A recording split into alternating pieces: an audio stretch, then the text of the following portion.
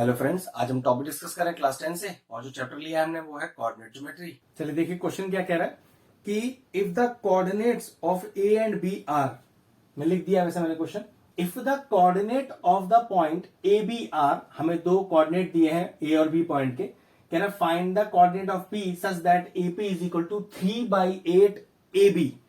चलो मैं आपको इस क्वेश्चन को समझाता हूं पहले। क्या कि एक लाइन है इसमें ए बी जिसके कोऑर्डिनेट आपको गिवन है -2, -2 और 2, -4। फिर एक पॉइंट P है यहां पर जो इस ए बी लाइन को किसी रेशियो में डिवाइड कर रहा होगा। अब रेशियो फॉर्म में दिया हो या फ्रैक्शनल फॉर्म में वो एक अलग बात है। अब हमें जो इस पर्टिकुलर क्वेश्चन की रिक्वायरमेंट है, जैसा होना चाहिए क्वेश्चन, वो ये हमें चाहिए रेशियो एपी और पीबी का, एपी पाई पीबी का। ध्यान रखिएगा, कैसा भी क्वेश्चन आ जाए इसमें जो रेशियो हमें चाहिए वो एपी और पीबी का ही चाहिए होता है हमेशा। अब वो दिया क्या है क्वेश्चन में वो देखते हैं। इस एबी को एपी के नीचे ले आइए तो एपी बाय एबी ये हो गया 3/8। एपी तो दिया है लेकिन पीबी नहीं दिया, पूरा एबी दिया है और आपको तो सिर्फ पीबी चाहिए। तो अब कुछ ऐसा करना पड़ेगा आपको इस फ्रैक्शन के अंदर कि यहां पर ये एपी बाय पीबी ही लिखा हुआ आए। उसके मैं कुछ तरीके सिखा देता हूं। पहली बात तो इन दोनों में से जो रेशियो आपको नहीं चाहिए वो न्यूमरेटर में कर लो पहले। हां, उसे न्यूमरेटर में कर लो। मतलब जैसे आपको एपी एपी चाहिए, पीबी, लेकिन यहां तो ए बी लिखा है तो ए बी तो नहीं चाहिए ना। अगर ए बी नहीं चाहिए तो इसे न्यूमरेटर में ले जाओ। अब न्यूमरेटर में कैसे ले जाए कि रेसिप्रोकल ऑन बोथ साइड्स कर दो। तो चलो दोनों को रेसिप्रोकल ऑन बोथ साइड्स करो। लिखो रेसिप्रोकल ऑन बोथ साइड्स। तो ये कितना हो गया, A B by A P is equal to 8/3। ठीक है, ये बात अब कंफर्म है कि अगर ए बी न्यूमरेटर में चला गया और मैं किसी तरह का कोई भी ऑलजिब्रा लगाऊंगा तो ये ए बी यहां से गायब हो जाएगा। ठीक, अब मैंने क्या किया, मैंने दोनों साइड से 1 माइनस किया तो A B by A P -1 और 8/3 -1। अब क्वेश्चन अराइज होता है कि सर -1 ही क्यों किया। तो यहां पर एक दो लॉजिक्स हैं जो याद रख सकते हो। दोनों फ्रैक्शन को 1 में से माइनस कर सकते हो, दोनों फ्रैक्शन में से 1 माइनस कर सकते हो, दोनों में +1 कर सकते हो।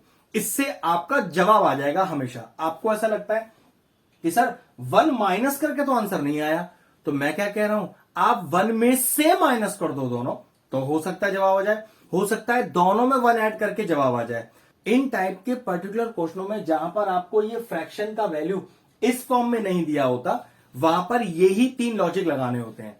गिवन फ्रैक्शन को 1 में से माइनस कर दो, गिवन फ्रैक्शन में से 1 माइनस कर दो, या फिर दोनों में ऐड कर दो 1 को, तो जवाब मिल जाएगा। मेरा जवाब कैसे आएगा कि मैं दोनों फ्रैक्शन में से 1 माइनस कर रहा हूं, दोनों फ्रैक्शन को 1 में से भी माइनस कर सकते हैं। ठीक है, तो चलिए एलसीएम लीजिए। एपी एलसीएम आ गया और यहां पर कितना आएगा, A B minus AP, simple LCM ले रहा हूं, इज इक्वल टू यहां 3 एलसीएम आ गया, यहां कितना आएगा 8 - 3। तो चेक करो, ए बी में से एपी माइनस करो तो ए बी में से एपी माइनस करो तो कितना रह गया, पीबी रह गया। तो PB by A B 8 - 3 is 5/3।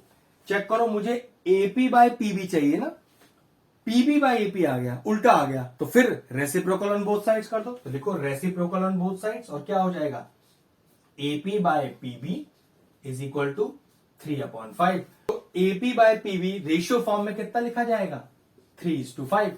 बस यही जुगाड़ थी। इसके बाद तो अब सीधा सेक्शन फॉर्म लगाना है और ये पी के कोऑर्डिनेट निकालने हैं। बस ये ध्यान रखना कि जो गिवन फ्रैक्शन होता है वो इस फॉर्म में होना चाहिए, एपी बाय पीबी की फॉर्म में। ये इस फॉर्म में आपको नहीं दिख रहा, तो 3 तरीकों से जवाब आ सकता है। दोनों साइड से 1 माइनस करके, दोनों फ्रैक्शन को 1 में से माइनस करके, या दोनों में 1 ऐड करके। हमेशा यही 3 लॉजिक लगते हैं और आंसर आपका हमेशा आ जाता है।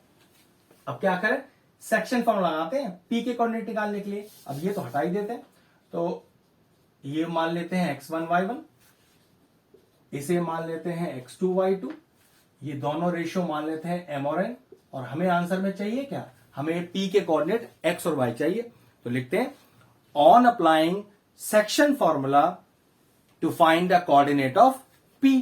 तो फॉर्मूला लिख के दिखाता हूं, mx2 plus nx1 upon m plus n।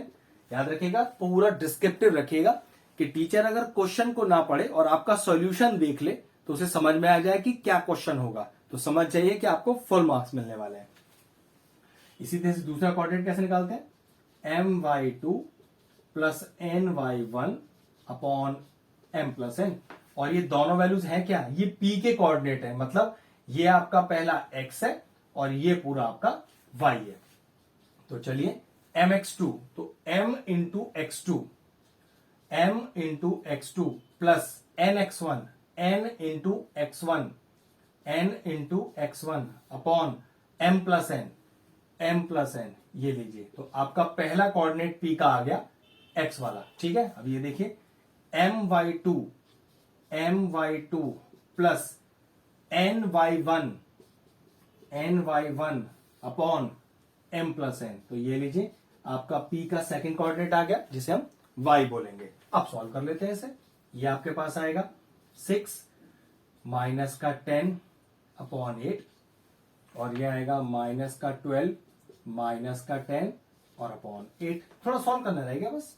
अब ये हो गया आपके पास माइनस 4 अपॉन 8 और ये हो गया माइनस का 22 अपॉन 8।